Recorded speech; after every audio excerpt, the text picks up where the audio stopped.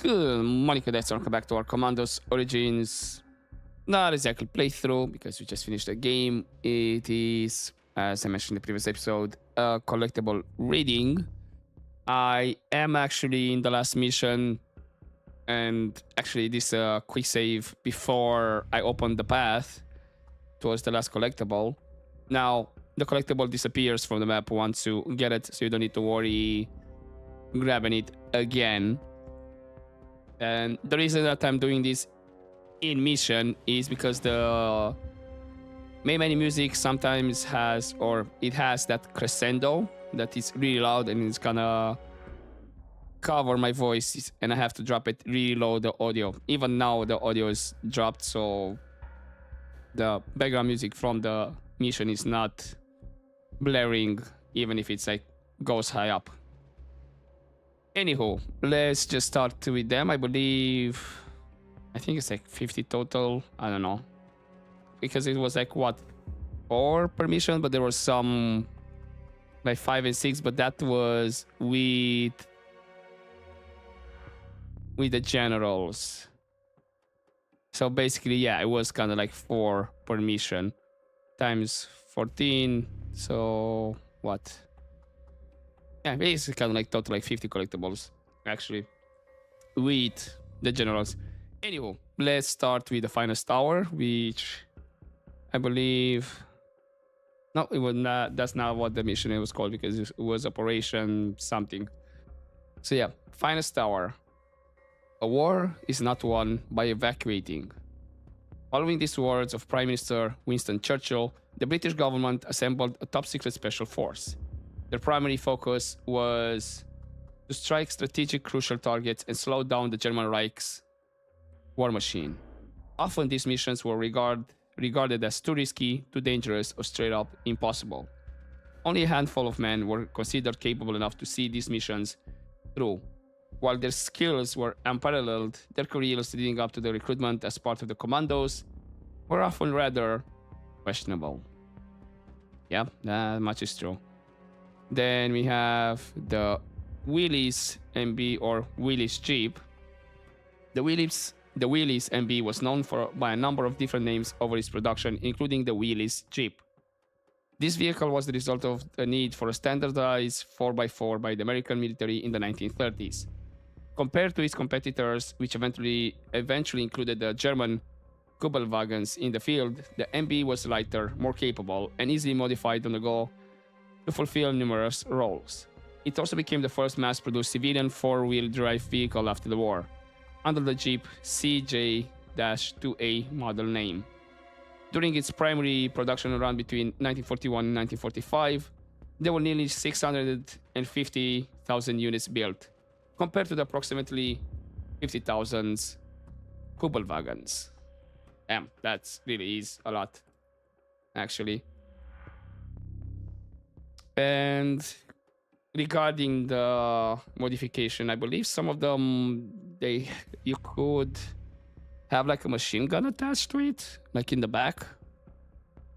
Well, I might be mistaken. I might confuse, different games here. Okay, that's the Willys Jeep. Then the M1 Garand. I just said that and I remembered the sound it makes when it pops out the clip. The M1 Garand was the mainstay rifle used by the American military during World War II. Developed by French-Canadian John Garand, the M1 was the first mass-produced semi-automatic rifle. Famous for its distinct ping sound when an empty clip was ejected, there were over 5.4 million M1 Garands produced between 1936 and 1957. It was also known for reliability, ease of maintenance, and generally robust performance when compared with contemporary rivals. Yep, they did mention that ping. So it got really great. Then we have the Junker Ju-52. The Junker Ju-52, often just called the Ju-52, was the primary air transport for the Luftwaffe before and during the war. Development started in 1931 with initial models only sporting a single engine.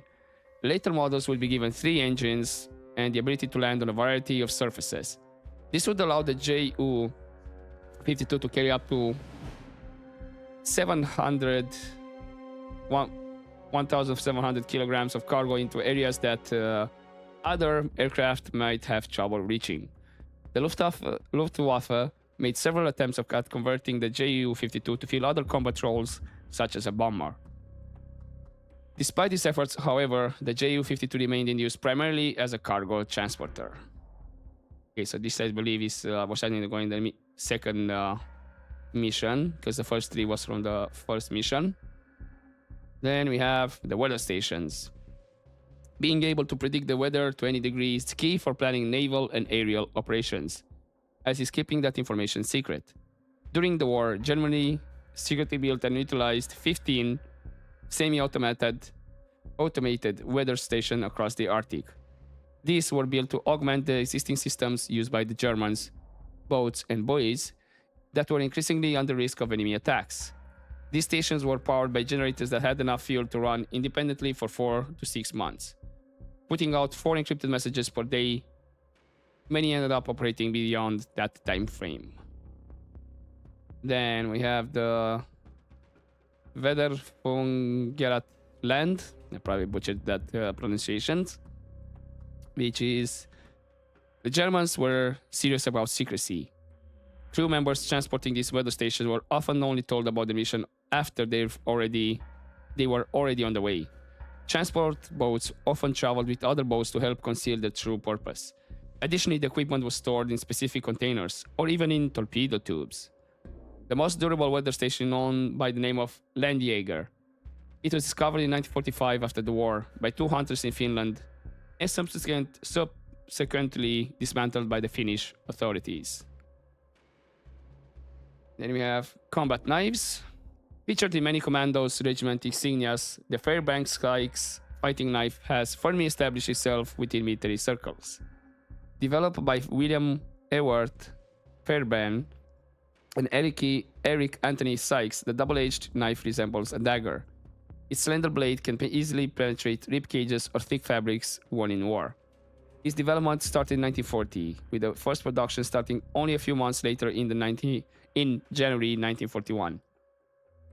While designed for surprise attacks, the knife's grip offers a variety of handling options. Known as the British Commandos knife, it rose to fame and it is in active use until this day. Maybe due to his skepticism about the Commandos, the Green Beret prefers the K-bar combat knife. I see. And there's both of the knives here in the picture. Then we have the Frontier Wire. This should be mission 3. Yeah. Together with multiple forts, the Frontier Wire was a defensive system alongside the Sudan, Libya, Egypt borders. A multitude of skirmishes took place during World War II alongside the 271-kilometer-long fence.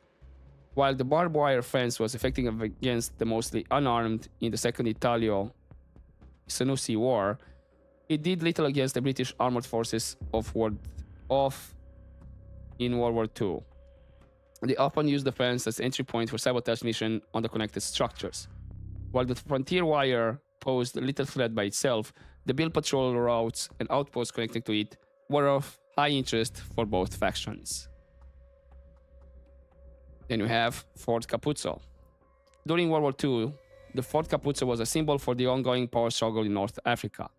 Fort Capuzzo was one of 3 large forts built by the Italian army along the Libya-Egypt border. As part of a defensive barrier, the fort was used to stop troops from moving freely across the border during the Second Italo-Senussi War.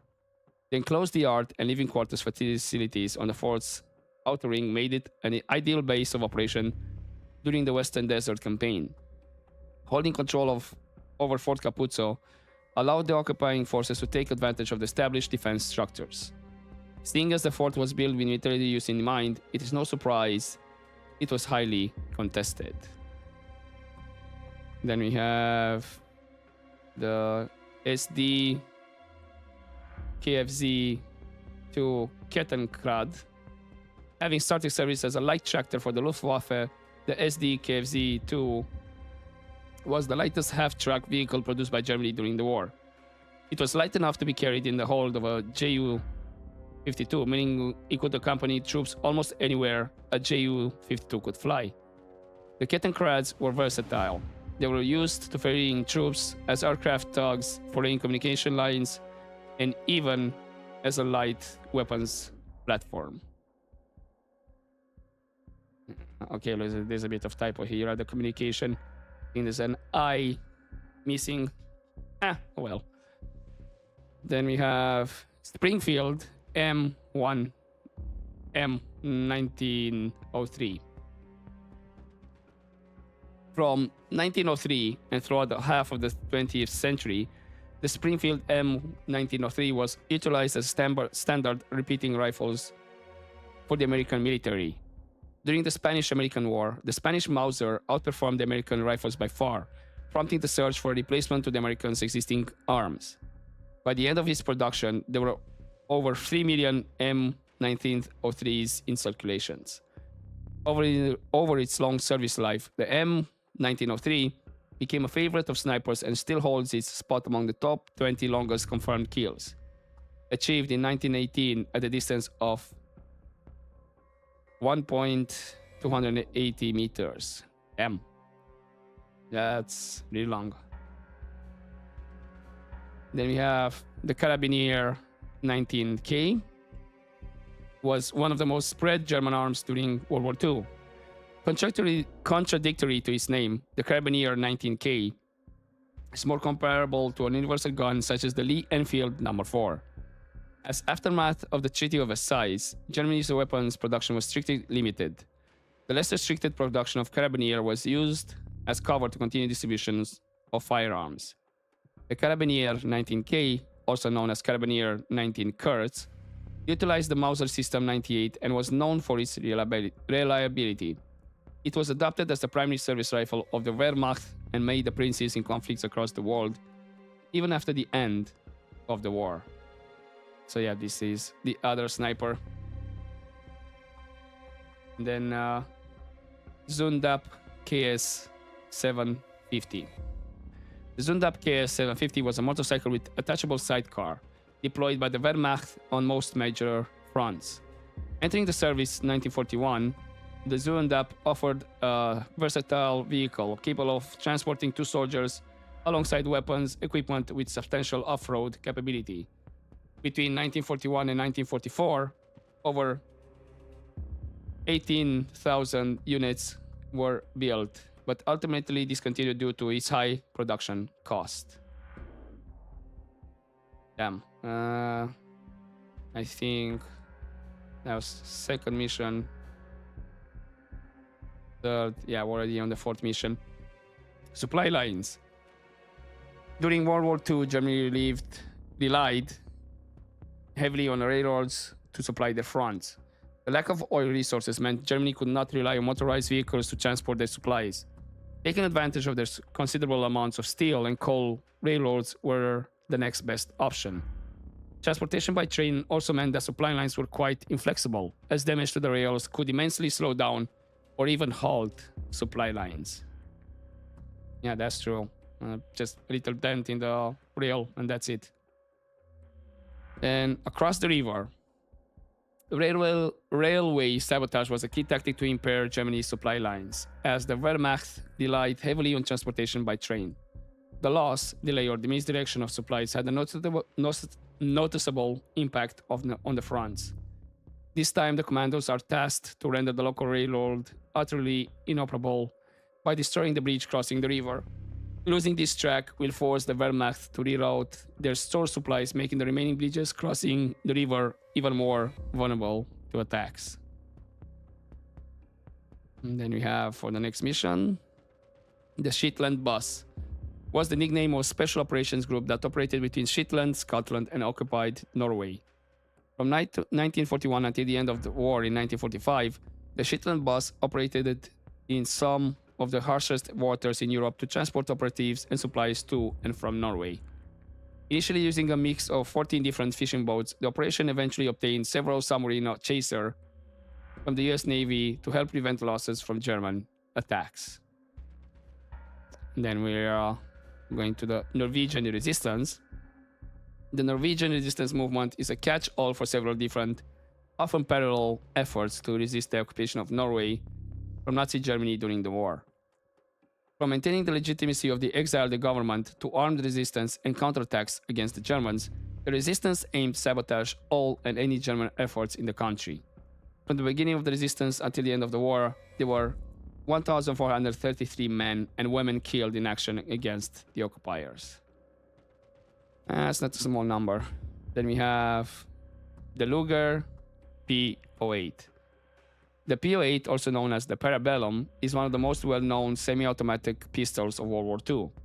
Originally produced between 1898 and 1949, the P08 was the product of continuous improvement. It was made to be compact and safe for the user. Using a 9mm round, the P08 was also well regarded for its accuracy.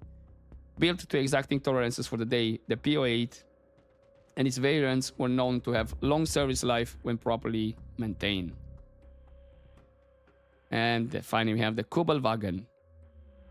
Was equivalent to the Willys MB, and Nazi Germany produced 50,000 units of it between 1940 and 1945.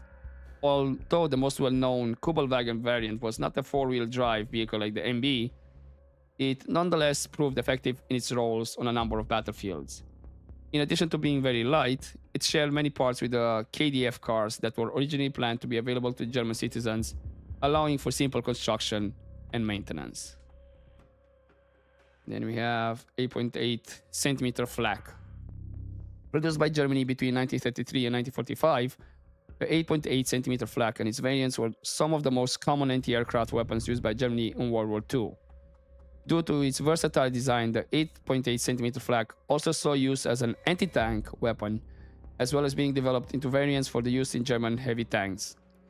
In part due to the name's ubiquitous presence during the war, flak became a catch-all term for the Allies, referring to any ground-based anti-aircraft weaponry. Designed to be used in conjunction with a gunnery computer and German radar system, the 8.8 centimeter flak had an effective fire range of around 8,000 meters against aircraft and almost 15,000 meters against ground-level targets. Those computers and radars allowed for coordinated fire, giving a better spread of shells and improved overall accuracy, making them a formidable defense against Allied bombing runs. Then we have the Freya radar. The Freya was an advanced early warning radar system developed and built by Germany during the war.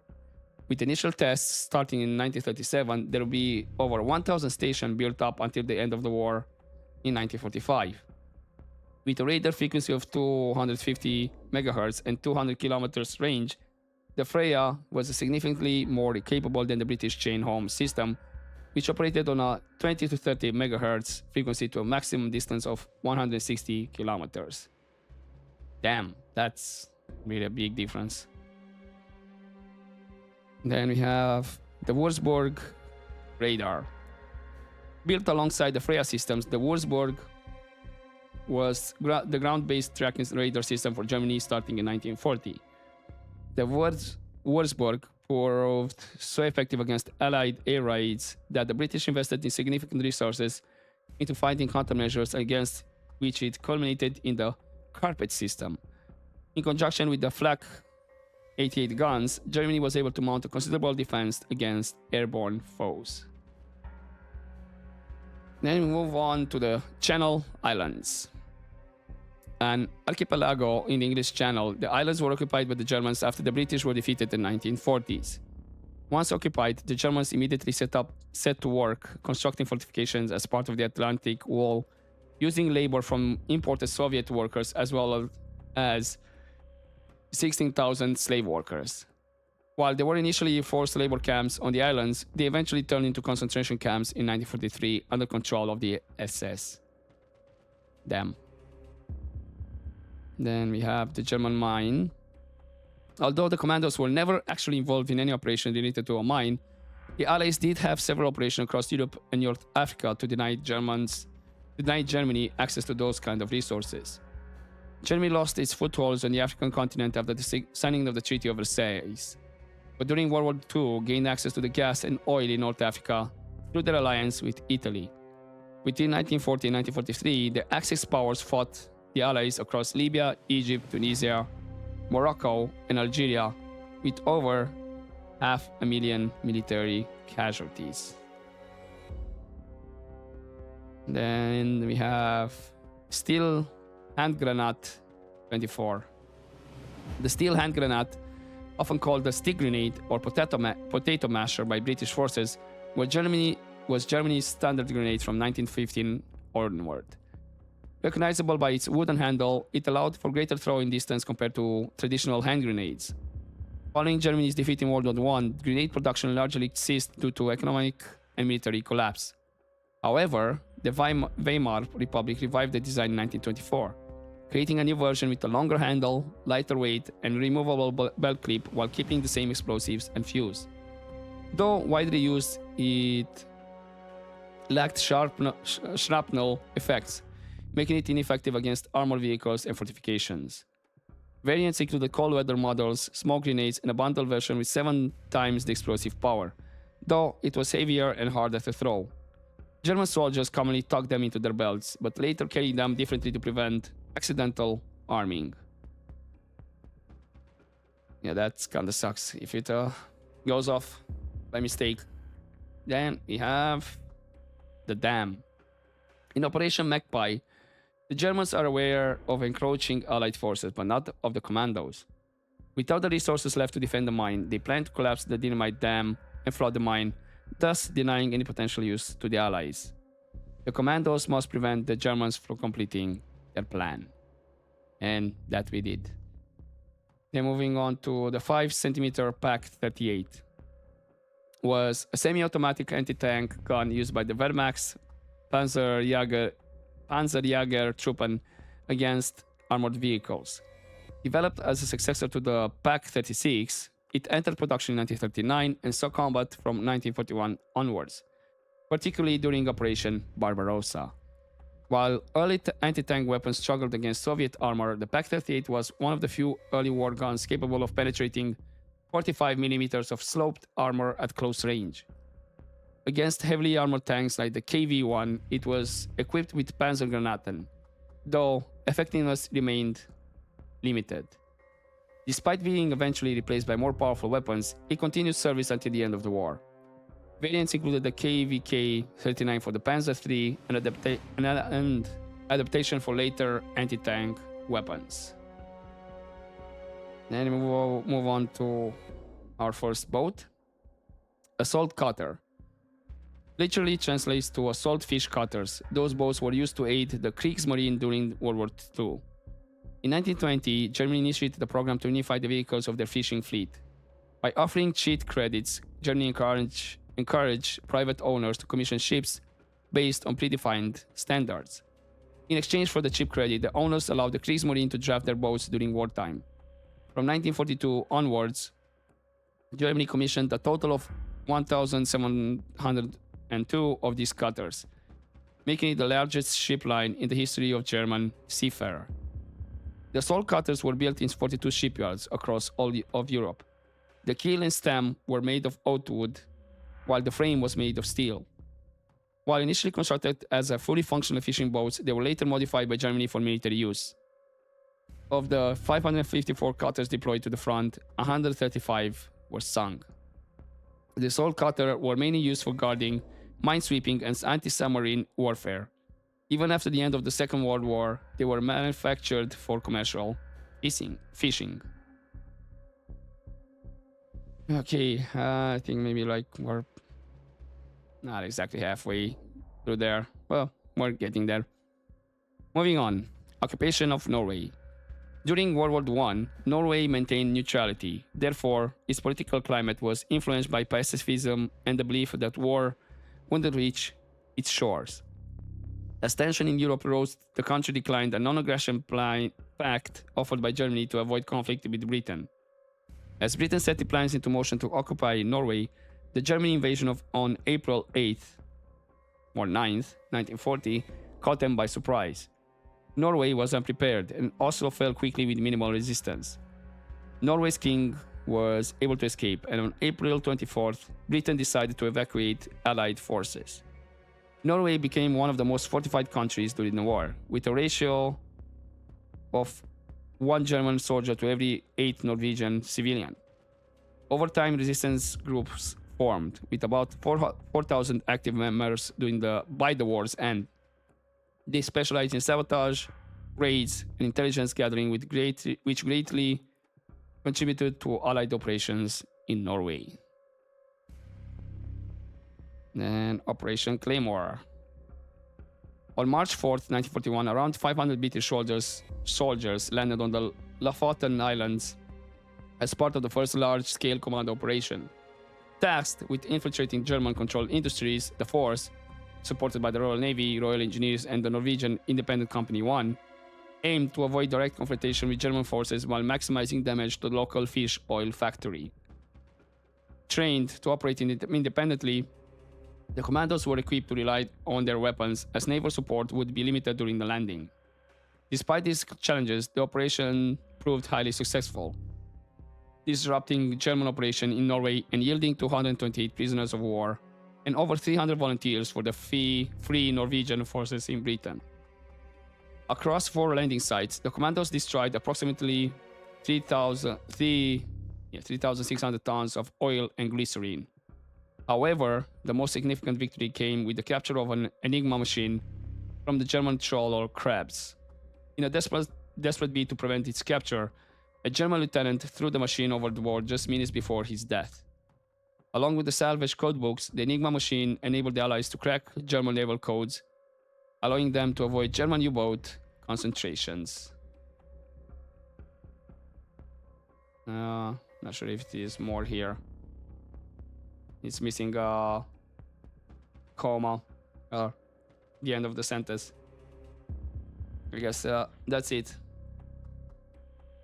Cool. Moving on to the Thompson submachine gun. Invented by Brigadier General John T. Thompson in 1918, the Thompson submachine gun was supposed to help break the deadlock in the trenches of World War I. The fully automatic rifle was to replace bolt-action rifles, such as the Springfield M1903, but arrived too late at the fronts to see combat. After the war, it was sold to the public. While initially unpopular due to its high price, the Thompson later saw action in the hands of law enforcement and criminals alike. In 1938, it was officially adopted into US Army and further gained fame during the World War II. Around 1.5 million Thompsons were produced to support the war effort. With its high firepower, portability, and reliability, it was high in demand by forces worldwide. Special operation forces in particular held it in high regards, as it was very effective in close combat. I wonder, wasn't it the variant like the Tommy gun with the round magazine? Or maybe they're 2 different brands and guns. Anyway, the Colt M1911 is a semi-automatic magazine-fed pistol that has been in production since 1911. It was developed to replace outdated revolvers and became the standard US military sidearm after proving reliable in testing. With a .45 caliber, 7/8 round magazine, and effective range of 50 meters, the M1911 was powerful but challenging for new recruits to master. Its large caliber made it high-valued, and captured models were used by Germany as the Pistolet 660A. In 1923, minor updates led to the M1911A1, though it remained largely unchanged. The pistol's design influenced later firearms, including the Russian TT-33 and the Bundeswehr Pistolet P8. It remains a favorite in sports shooting. Due to its manual safety, it can be carried cocked and locked, allowing for a quick draw. Alright, moving on to Saint Nazaire. The raid on Saint Nazaire, Operation Chariot, was a daring British mission in World War II to destroy a key German dry dock. Saint Nazaire, on France's Atlantic coast, housed the only dock capable of repairing the battleship Tirpitz. The British planned to ram the dock gates with explosive-laden HMS Campbelltown, using air raids as a distraction. Though Surprise was lost. The Campbelltown successfully struck the dock, but most supporting ships were destroyed. Many British troops were killed or captured, and 250 Germans and civilians died in the delayed explosion. Despite heavy losses, the dock was out of service for 10 years, hindering Tirpitz deployment. So, mission was a success at a high cost. Then we have the U-boat class 7. Was the most produced submarine of World War II, with 703 built, forming the backbone of Germany's U-boat fleet. Designed in 1933-1934, it was based on earlier World War I models and became the most widely used submarine of the war. It was fast, agile, and popular with crews for its quick rush dive, offering better protection from attacks. It also made history as the first submarine to sink a ship in World War II. Later versions improved fuel capacity, speed, and agility. Despite its strengths, it had limited underwater endurance, restricting the operation in the western and southern Atlantic.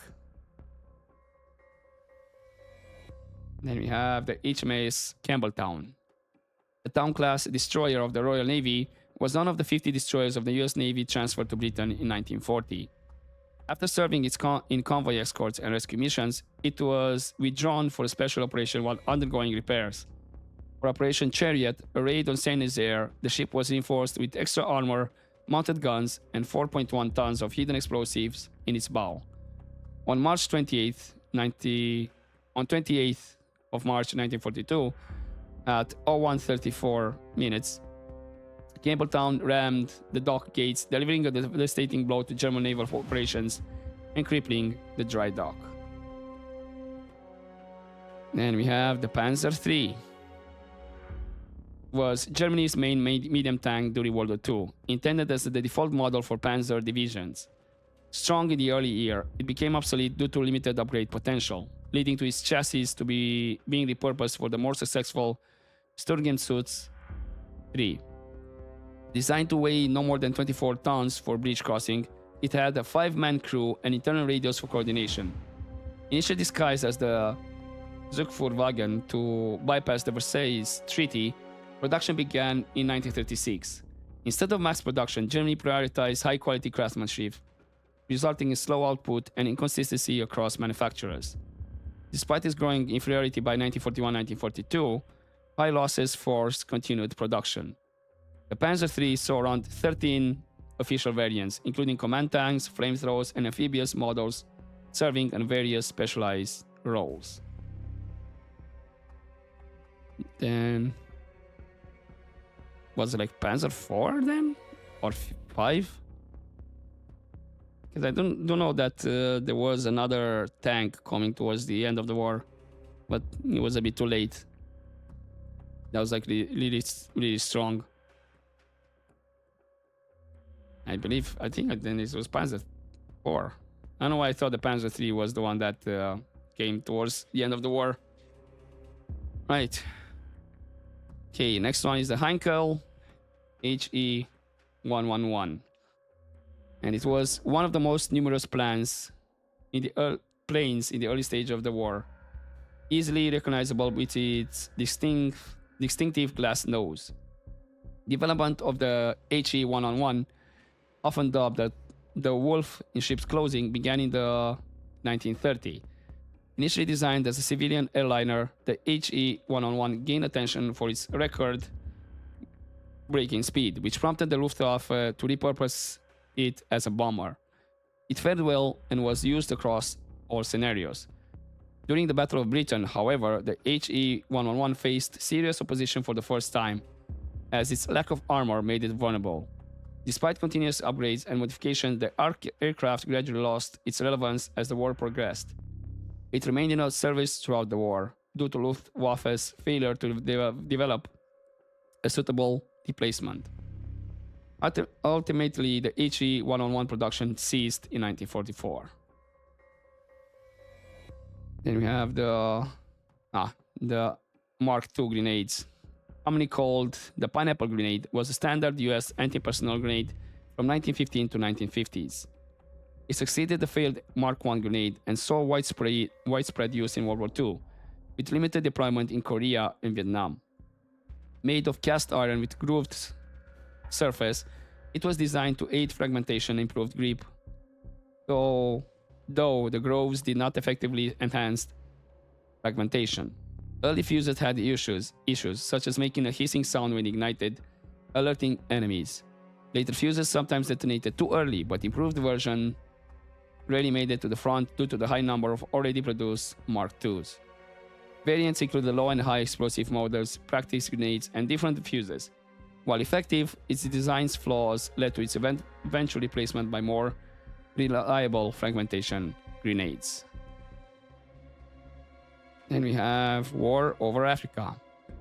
The air war over North Africa in World War II was crucial in securing control of the region.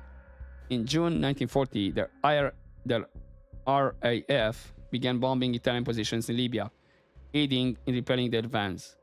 Initially, the RAF struggled with outdated aircraft like the Gladiator and Blenheim, but by 1941, modern reinforcements arrived, including the Hurricane, Tomahawk, and Kitty Hawk fighters, along with Wellington bombers. The formation of the Western Desert Air Force, WDAF, played a decisive role to turn the tide of the North Africa campaign.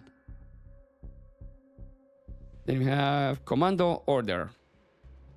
The Commando Order, Commando Befehl, issued by OKW on October 18, 1952, mandate the immediate execution of captured Allied commandos, even if in uniform or surrendering. It justified this by claiming enemy forces used unlawful tactics. The secret directive warned that failure to comply would be punished. Despite efforts to keep it confidential, Allied intelligence intercepted it. Rumors suggest similar unofficial orders have circulated as early as 1941. And we have Maschinengewehr 34. Oh, okay. The machine pistol 34 MP34 was a high-quality submachine gun first used by the Austrian army before being adopted by Germany in World War II, with many later rechambered to 9mm. Since Germany was banned from producing weapons, development was conducted in a Swiss factory under German ownership. Initially named Steyr MP34, it was built from premium materials, earning the nickname Rolls-Royce of submachine guns. However, its high production cost led to its replacement by the MP40. The MP34 featured both semi-automatic and fully automatic fire. Production ended in 1940, but it remained in use until the 1970s. Okay, yeah, the MP40, I remembered a bit more. And by the picture looks like, yeah, the design has been more different as well. Okay, we have Confidential. Mission report. Objective, recovery of Sergeant O'Hara, presumed captured. Situation overview. At 600 hours, Commandos unit under Sergeant Hancock breached enemy territory in an authorized recovery mission. Their assumed objective is to extract Sergeant O'Hara, previously taken prisoner. With no reinforcements, the unit infiltrated the German military base. Enemy patrols were observed near the facility, confirming heightened security measures. Among them is a Hauptsturmführer Garvan, who has been designated a high-priority target due to his critical role in enemy intelligence operations. Current status. The status of Sergeant O'Hara remains unknown at this time. Extraction efforts are ongoing. End of report. But yeah, we kind of know we managed to do it. Okay, we're actually close to the end. We have is Mercedes-Benz 770, the German limousine. The Mercedes-Benz 770K, known as the Grosser Mercedes, was a luxury car introduced in 1938 with only 88 produced. At 6 meters long, it was 40 centimeters longer than its predecessor. While a few were sold privately, most were owned by Nazi officials, including Adolf Hitler. An armored variant included security glass for enhanced protection. Priced at 44,000 Reichsmark, over 200,000 euros today. Its cost was only disclosed on request. Due to its rarity, surviving models were surprisingly well documented. Then we have spectacles. The frantic search for a pair of spectacles became an unexpected yet memorable detail of Operation Gunnerside. During the third and final sabotage of the Wehrmacht hydroelectric plant, a Norwegian worker collaborating with the resistance accidentally lost his glasses. With a clear vision, a rare luxury during the war, the urgency of the mission momentarily shifted to retrieving the lost spectacles. Only once they were safely recovered did the saboteurs ignite the fuse that destroyed the hydroelectric cells, ensuring the heavy water facility was crippled before making their escape. About that. Now I remember that I said during the mission, okay, maybe we'll keep an eye out for them. Mark forgot about those glasses. Unless when you find a collectible, the technically was a spot where you get the glasses as well. Probably. I can't remember where I got the spectacle collectible. Anywho, Wehrmacht is a hydropower plant in Norway that played a key role in the heavy water production efforts during World War II. Built between 1906 and 1911, it was originally designed to power a fertilizer factory. In 1934, it began producing heavy water, a crucial component in nuclear research. In 1940s, France secretly purchased and smuggled the available supply to prevent Germany from acquiring it. After the German occupation of Norway, the plant became a major Allied target, facing 5 sabotage missions to hinder Germany's nuclear program. Today, Wehrmacht is a museum focusing on the heavy water sabotage and Norway's labor movement. You have the heavy water factory. The Wehrmacht hydroelectric power plant held a unique distinction. It was the first facility in the world to mass produce heavy water, a substance that would later become critical to nuclear research. In 1940, both France and Germany sought to purchase the available supply, recognizing its potential military value. However, with growing concerns over its use in weapons development, the Norwegians discreetly sold the stockpile to France, ensuring it was smuggled out of the country. Their efforts, however, were short-lived. When Germany occupied Norway, they seized control of Wehrmacht, transforming it into a key asset in the race for nuclear capability. Which in the end, they lost the race. Okay, we have the Opel Blitz. The Opel Blitz 3.6 was a 3-ton truck widely used by the Wehrmacht during World War II due to its reliability and versatility. Produced from 1933 to 1944, it featured various configurations, including flatbed trucks, box vans, and buses. Its robust design made it suitable for diverse military applications, from transporting troops to carrying equipment. The Opel Blitz 3.6 became one of the most commonly used military trucks, essential for German logistics and mobility throughout the war. Then we have testing grounds. Germany operated secret testing grounds during World War II to develop and evaluate experimental weaponry. These sites played a key role in advancing artillery, explosive, and high-caliber cannons, often testing new designs under battlefield conditions. A major focus was on heavy-caliber weapons, including autocannons and long-range artillery, assessing their effectiveness against fortifications, armored vehicles, and naval targets. Engineers also tested specialized munition, refining new technologies for greater destructive power. These facilities were crucial to Germany's weapons research, though many experimental designs remained unproven or impractical for large-scale deployment before the war's end. Then we have the Mauser 98. Introduced in 1898, it is one of the most influential bolt-action rifles in history, known for its reliability and its precision. It was adopted by the Prussian army as the Gepher 98 and became the standard infantry rifle during World War I. Its robust bolt-action system, the Mauser Systems 98, set a new standard for rifle design and influenced countless firearms worldwide. A shorter variant, the Carabinier 19K, was later adopted as the primary rifle of the German Wehrmacht in World War II. With over 100 million produced, the Model 98 remains one of the most successful bolt-action rifles ever made. Damn, 100 million. Okay. All right, moving on to the 28 centimeter Canon 5. The 28 centimeter Canon 5, the K5, was the standard railway gun of the Wehrmacht during World War II and is still considered a technological milestone in artillery development. Developed in 1934 and produced until 1945, it fired heavy shells up to 62 kilometers. Its key advantage was the ability to operate on standard railroad tracks, allowing for easier deployment. However, this also made it vulnerable to track sabotage, severely limiting its mobility. After the war, only 2 K5 guns were recovered: Leopold, now displayed in Virginia, and Robert, which was later scrapped. Okay, displayed in Virginia where? That doesn't narrow it down, guys. Right, let's go. The Schonder Gesugetz Dora. The Schrever Gustav is one of the most obsessive and impractical examples of Nazi superweapon project during World War II.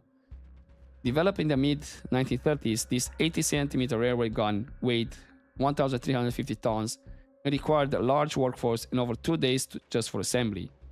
It was designed to destroy the Maginot Line from German territory, but production delays meant it entered service later than planned. Only one gun was ever used in combat, firing for 5 days before running out of ammunition. Transporting the gun required 5 trains for assembly, and extensive camouflage and fortifications. Due to its logistical challenges, another planned deployment was cancelled, as smaller artillery was far more effective and practical. Yeah, true, since you're just moving it via the tracks, you can't exactly have tracks going left, right, and center, all the way. So you are kind of limited where you can take it. So anybody that's out of the range, that doesn't have any tracks connected, they'll be like, yeah, cool. Have fun firing. Right, anywho. We have the Sonderkraft Arzug SD KFZ 2.251, also known as the Schustenpanzerwagen SPV, was the most widely produced German half-tracked armored personnel carrier of World War II. Introduced in 1939, it was designed to transport panzer grenadiers safely to battle. But shortly after its introduction, the SD-KFZ 251 also participated in active combat. Its open-roof design allowed for better situational awareness and quick infantry deployment, but left it vulnerable to air attacks and artillery fire. The SD-KFZ 251 was produced in 4 main variants, A to D, with a multitude of sub-variants. Despite its effectiveness, shortages forced many troops to rely on unarmored trucks instead. That was painful to read this word. Probably butchered it really bad. Okay, we have the Flak-Wirling 38. It was a German quadruple-barrel 20mm anti-aircraft gun produced from 1940 to 1945. Designed to counter low-flying aircraft, it was also effective against ground targets. Although widely used, the Luftwaffe and Heer doubted light flak's effectiveness compared to heavier caliber weapons. The Flak-Wirling was an upgrade, mounting 4 20mm autocannons on a stable platform suited for uneven terrain. Each gun had a 20-round magazine, requiring reloads every 6 seconds, making sustained fire difficult due to overheating. It was mounted on half-tracks, trucks, submarines, and static defenses, remaining a versatile but resource-intensive weapons. Okay, then we have the Hochschanze Taublitz. The 28cm cannon. Okay, this is. Whoop. Okay, I won't be able to read this one because it has. It has the 28cm cannon written on it as well. That's why I was a bit confused when I started to read the first one. Well, I guess. Yes, we're not reading this one. Moving on to the Commandos. Was started as a squad of misfits, rule breakers, insubordinate brutes, and criminals, had become an essential force in the fight against Nazi Germany. Once dismissed as indisciplined and unfit for duty, they proved their worth through sheer determination and grit, taking on the missions no one else would. Despite their flaws, or rather because of them together, they turned what set them apart into their greatest strength. Now, they're not just surviving the war, they are helping to win it. So that was the last of the collectibles that you get throughout the missions, like that you have to find, the documents. Moving on to the officers, starting with Officer Kaker. Eliminated during Operation Trident. Lowest ranking member of the Sperrspitze, overseeing multiple fish oil factories in Norway. It is suspected under his command, a significant amount of glycerin is funneled directly into the research projects of the Sperrspitze. Hey, wasn't it? I believe Kaker and Nering in the same mission, right? Because he's next. Yeah. Eliminated during the Operation Trident. After playing a remarkable part in the capture of Norway, Nering caught the attention of Sperrspitze. Much to Kaker's disgruntlement, Nering ranks higher, despite being the latest member to join the organization. Yeah, that always sucks. Anywho, moving to Officer Garvan. Eliminated during Operation Reunite. Often referred as the Bloodhound, Garvan specializes in neutralizing anyone seen as a threat to the Sperrspitze. Those unlucky enough to catch his attention rarely survive Garvan's brutal interrogation technique. Well, he didn't survive us in the end, so he wasn't that good. Okay, next is Officer Felter. Eliminated during Operation Guardian. The most public member of the Sperrspitze, Felter is known to frequently attend social events and conferences. It is assumed his wealth is his biggest contribution to the organization, as he lacks the expertise to handle the research project he is tasked to oversee. Then we have, lastly, Officer Brock. Eliminated during Operation Reckoning.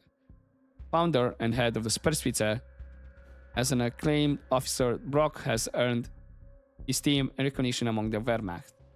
Under his leadership, the Sperrspitze has accumulated enough influence to be a recognizable threat to Allied forces. And still wasn't good enough. Okay, and that completes the reading through all of this. Well, except the tablets here, which I guess they're probably gonna have to patch it up. Well, anyway, I guess it's gonna be one that we didn't get information proper from it. Anywho, with the collectibles done, offer some thoughts about the game. I know I could have done these in the previous episode, as I usually do when I finish a game, but considering how long the missions were taking and how long was the recording, that's why I decided I'm gonna combine the collectible readings with the final thoughts. And even this one might be on the longer side, depending how long it took me to read all of this. But yeah, it was really great. Gotta say, a bit annoying with some of the bugs that when I was loading, the objectives were disappearing, and since the missions were taking so long, I kind of was forgetting what exactly I needed to do. But in the end, we got there, especially since with the highlight, if I was moving around, I was just spamming the highlight, and it was showing this. I was highlighting the area where I needed to go. Because with the limited HUD, no map and all that, definitely this made the game a bit more difficult. Because I had to just literally look not on the map proper, but look around to see where I can go, which people to take, which in that regard, definitely there were some places I could have just ignored some of the enemies, not bother hiding most of the enemies, I could just take them out and leave them there on the spot because nobody was going in that direction. This is this is from the other games, and we're like, okay, let's just hide them that way. 100% sure enough nothing happens. You know, like when I was close to the end of the mission, somebody randomly goes into that area and sees the body, you know, for some reason. So that was one of the things that kind of was pushing to hide most of the guys. Which towards the end of the missions or the last missions, I was like, okay, this area I think is 100% safe. We're just gonna leave them there, you know, and not bother moving everybody into a bush or a hiding spot. And definitely missions were long because I was trying to find the collectibles as well. If I was just focusing on the objectives, you know, not bothering going to areas and clear enemies just to get a collectible, definitely I would say cut maybe a quarter. I would say a quarter around that of how long were the missions. You know, the time was just out, even maybe longer than that. Because I think the longest mission was like around 3 hours something that it took me. And I think that was mission 9. I want to say 9, but I can't remember which. No. But yeah, in that regard with the bugs, it was a bit annoying with objectives disappearing. And crashes didn't have. I think I can count on one hand. I think maybe I had like 5 crashes or 6 or 7 across the whole game, and that was like in the later missions that I had some crashes. So overall, it was a bit stable in that regard with the crashes of the game.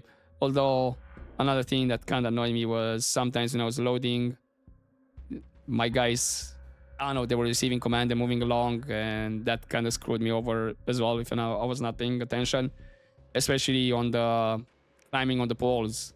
It was on the wires and I was loading and my guy was just moving alongside the wire doing his own thing. In the end, we managed to get to the end with all those roadblocks along the way, and we did it. And I gotta say, they did a good job. I mean, it kind of reminded me how it was, especially with the limited HUD and not be able to pull out the map and, you know, see the red dots, enemies where they could be.